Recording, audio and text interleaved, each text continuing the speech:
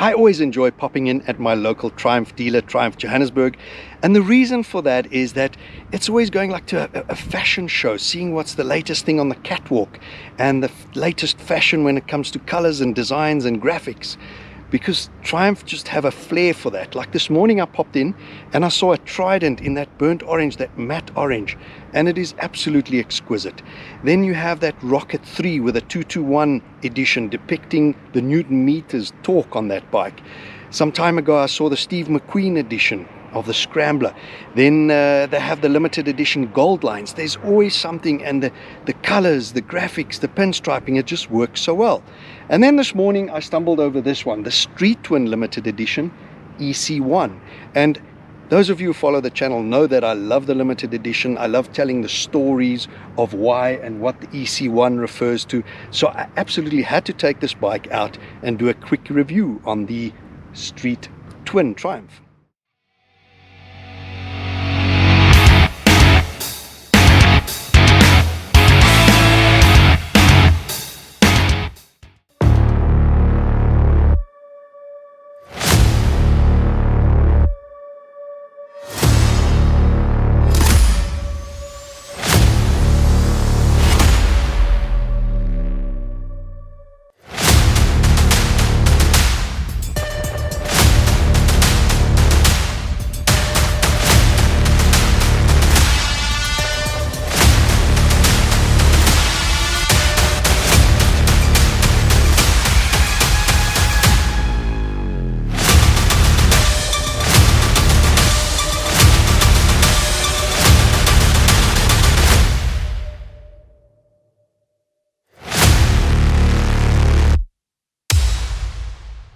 Now this is the Triumph Street Twin.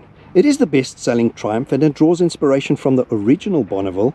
It borrows the old bike character and attitude and combines it with modern technology of today.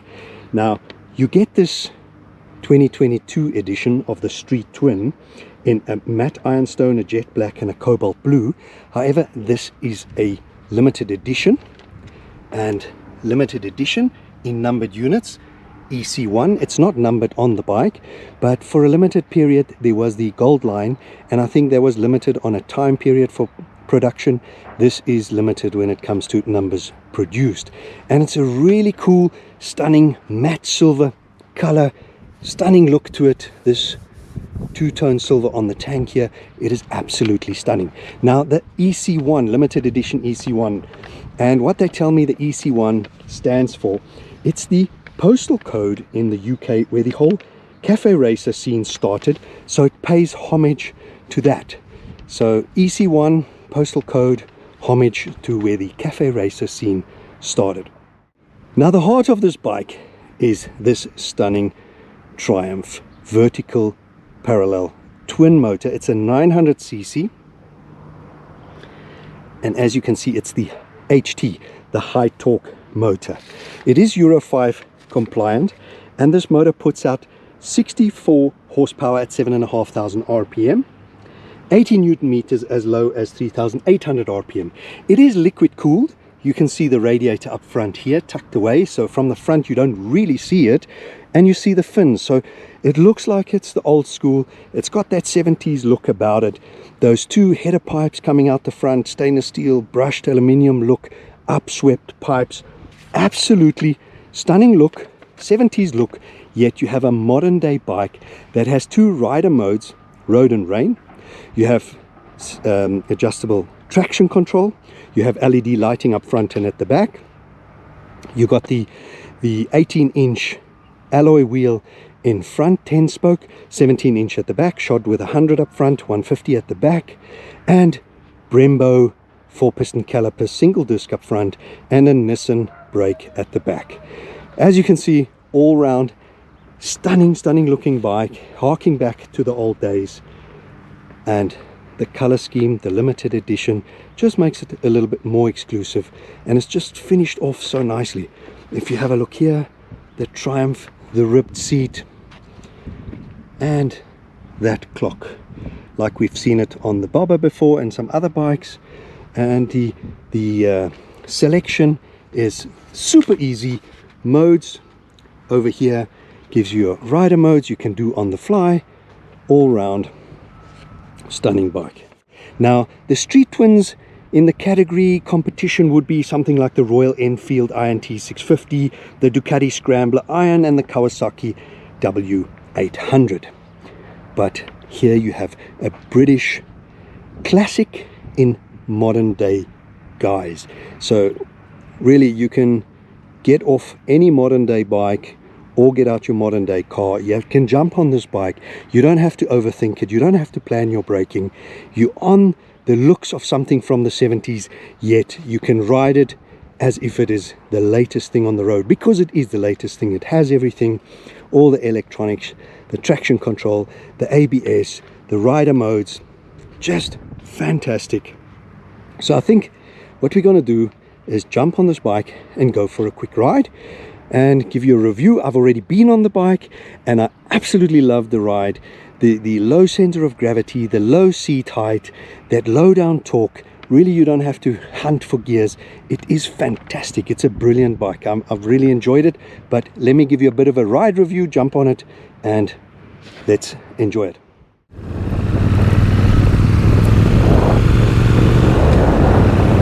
I've always been a big fan of twins, and this Triumph is no exception. They just sound good, and they have this quirkiness about them when it comes to vibrations, and the sound is just very addictive. And for standard pipes, it has quite a nice little rumble to it. Also, the low down torque, I'm quick shifting. I'm already in 4th gear at 60 kilometers per hour, and it just solid bike. The build quality and the fit and finish of Triumph is really top class. One of the best, in my opinion. It's just gotten better over the years, and it's just overall a stunning bike. Stunning bike. It feels light and nimble, and I think at 216 kilos wet weight it is fairly heavy. However, with the low center of gravity, it always hides it so well, and sitting upright, very comfortable. Handlebars wide, not too wide for lane splitting, and you can really use this as a commuter. So even if you're a shorter person, you will be very comfortable on a bike like this, because you get both feet on the ground, so it's not intimidating when you stop. The power is not of such a variant that you think you're gonna get thrown off the bike in any way.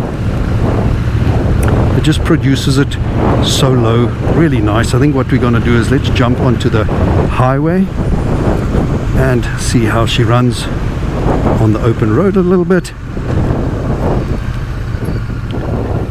It's just solid bike, nice little rumble, and the throttle response is so progressive. It's nice, it's not snatchy, and I am in road mode. If you put it in rain, that'll smoothen out even more, but it's really easy.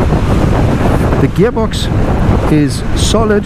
It's not a gearbox that you're gonna hurry through like a box with quick shifter.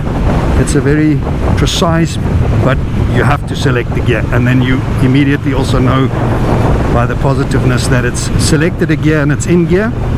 So this is a bike you don't hurry or rush, you just ride it. That torque pulls you. How's this? Fantastic.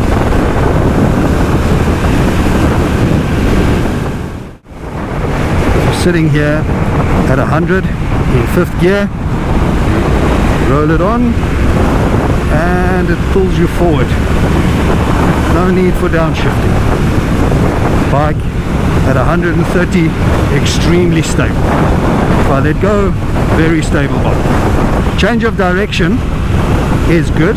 This is a very nimble and zippy bike. When I get off the highway, I'll show you now, it changes direction very quickly. It's nimble, but at the same time nice and stable on the open road. I'm exceeding the speed limit just a little bit here now, and it's pulling me up this hill and still accelerating. High torque motor, a lot of fun. I like the seated position as well. The cushion, seat cushion it's firm. I would say it's firm. It's comfortable, but I wouldn't be touring for 2 hours on it. But I don't think that's the purpose or aim, target market for this particular bike.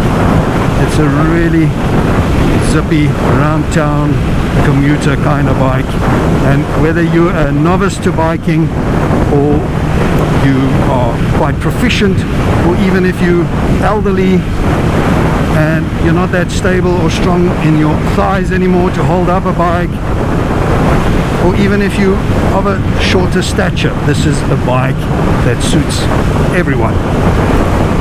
My 6-foot frame, I'm not cramped on the bike, I'm tucked in nicely. There's obviously no wind protection, but not a problem. It's not a top speed running bike, so stunning day today, not much wind out, so really at over 100 here, not a problem in any way. And if you look down, you can see how nicely my legs tuck into this petrol tank. It feels comfortable.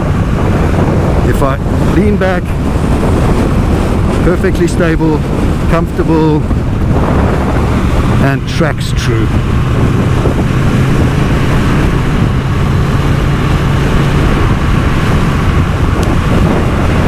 As mentioned, I really enjoy these twins, this being a parallel vertical twin. That torque, that sound from the megaphone exhaust. I love the look of the upswept megaphone exhaust, and pretty decent sound from these standard pipes on this bike.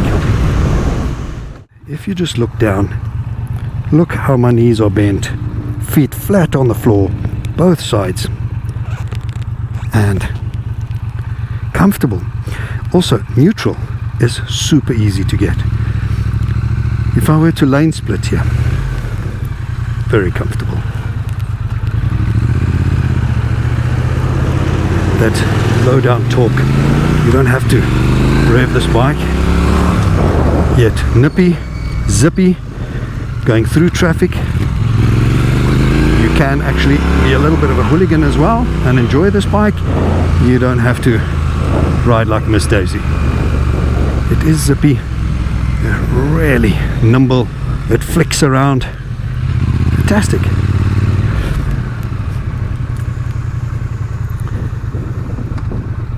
Clock, not cluttered in any way, easy to read.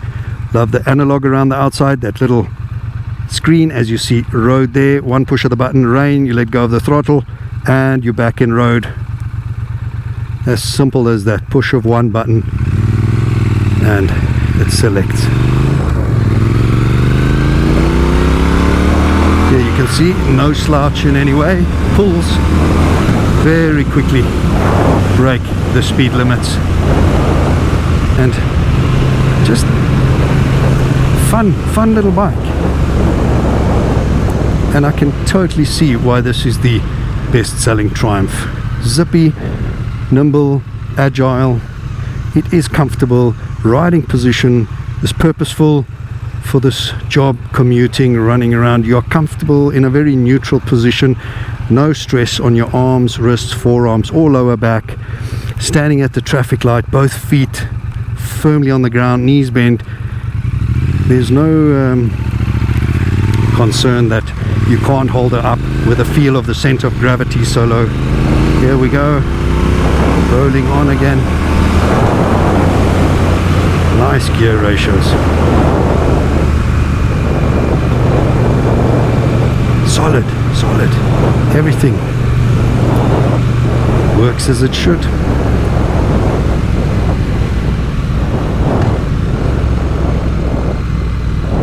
There's really no frills about this street twin,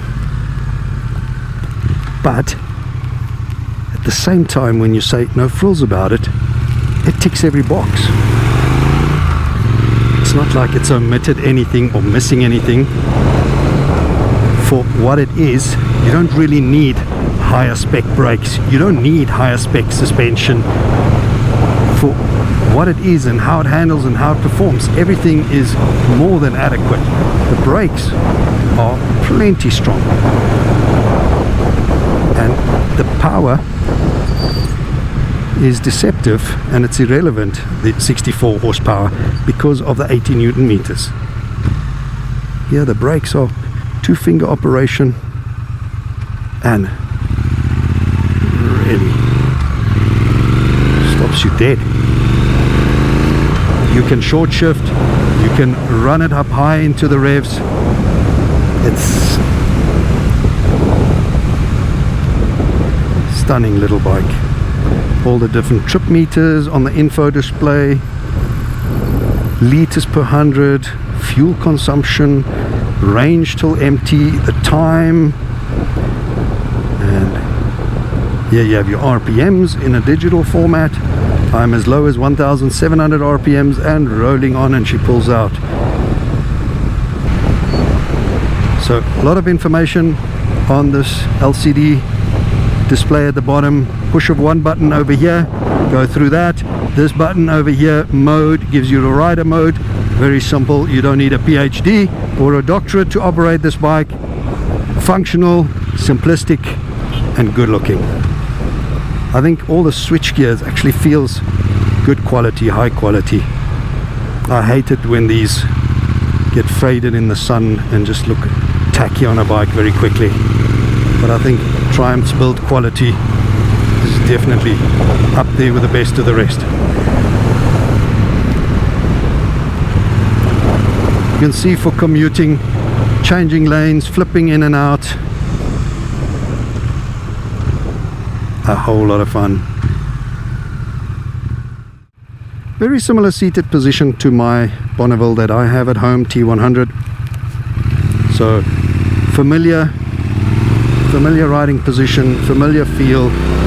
However, my Bonneville is the older generation, still the proper air-cooled one, but this you would not say is liquid cooled. It just looks the part, it looks the classical homage look to it, yet definitely all the technology is there. It performs and handles like a bike should today.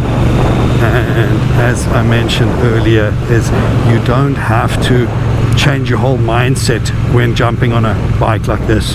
The beautiful thing, you're getting on a classic looking bike, a classic retro, but you don't have to ride it like a classic. That is becoming the problem, is that these clients or customers for the classic cars and bikes are dying out. They don't want to tinker and set carburetors. They don't want to have that hard work of drum brakes and planning your braking and all that. People want to just get up, get on the bike and ride. Modern day, it's all about fast food. It's about having it instant. People don't want to wait. People don't want to tinker. People don't want to set carbs. They don't want to have bad performing things, even though it is classic and it's period appropriate. So here you have it. It's period looks, but does everything as it should with the modern tech of today. So nothing to annoy you while riding it, because it's the best of both worlds. You have the pleasing aesthetic and looks that you're looking for in something classic, yet you have the enjoyment of riding it too. It's not just one of those classics that you have standing around, pride of ownership, and you enjoy looking at it, but every time you get on and ride her, it is actually more frustrating, more hard work, and not that much fun.